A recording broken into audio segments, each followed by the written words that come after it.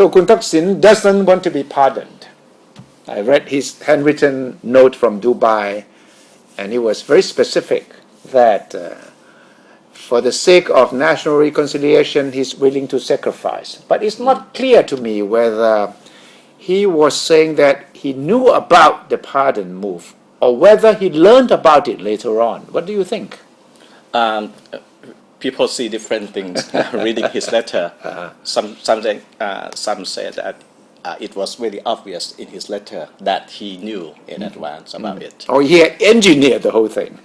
Right, but others say that it's really sincere, saying I don't know anything about it and I don't want to be a part of a new trouble for Thailand. Yeah.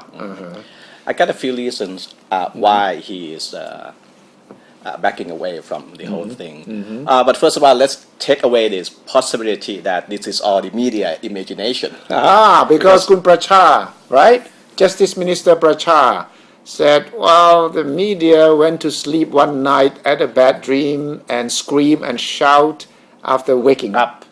Right, and we are talking about every single newspaper in town. Either pro-Thaksin or anti-Thaksin or neutral, they said the same thing about and so-called plan to give amnesty. So this is not a figment of imagination. We just take away that possibility. But we have some reasons why Kun Thaksin may want to stay away from this, at least for the moment. Yes. Yes, the first reason could be the public outrage, or the possibility of another round of conflict in this country. The red shirts being organized and the yellow shirt planning a protest. So maybe it's too much and too risky for the Yingluck government to do anything like this. I think this is the main reason why. And maybe the second reason is what we discussed last week. This whole pardon thing will not benefit Kun Thaksin fully. He still faces at least four cases that could be made even more complicated by this pardon decree. So maybe it's easier just to put off the whole thing and wait it out. Well, my theory is that some people in the cabinet became quite overzealous when they saw the draft of this annual. In fact, it's not an annual thing, but it's a regular thing.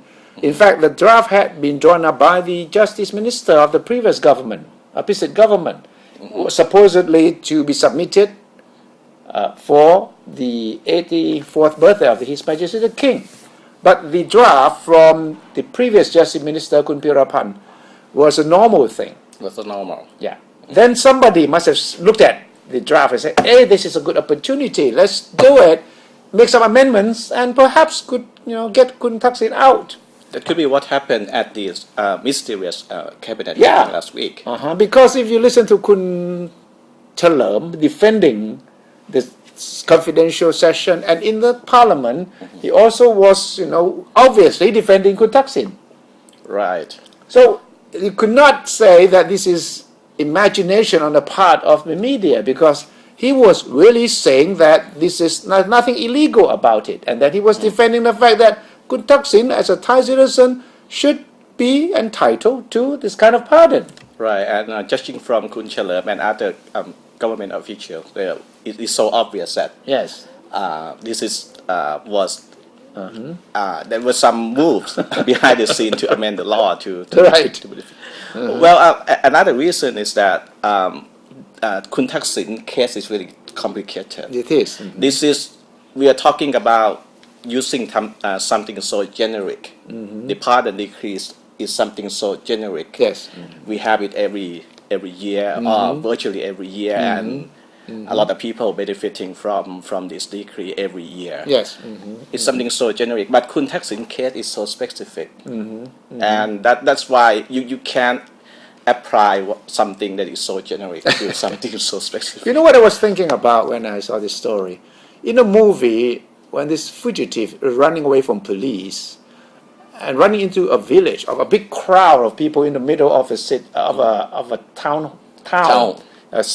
square, and then there was, people were mingling, people were enjoying a Sunday market or whatever, and then suddenly there was this fugitive running away from police, come dashing, and and disappearing into the crowd as if he can hide away from police. But then, if you look at the movie, you say, oh, you know exactly that this person is the odd man out of the whole crowd. So you cannot pretend that you are one of them, one of the crowd, because you are not one of the crowd. Right. And I think probably Kun Thaksin eventually came to this sense, and this is not worth it.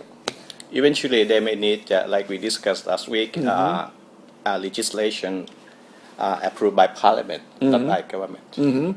So people are now saying that Kun Thaksin should now, come forward and fight all the remaining cases. And if he really wants an amnesty, let the government, the Yingluck government, propose a full-fledged amnesty just for him and see how it goes. Right. So it will be fair, open, and transparent, and fight like a man.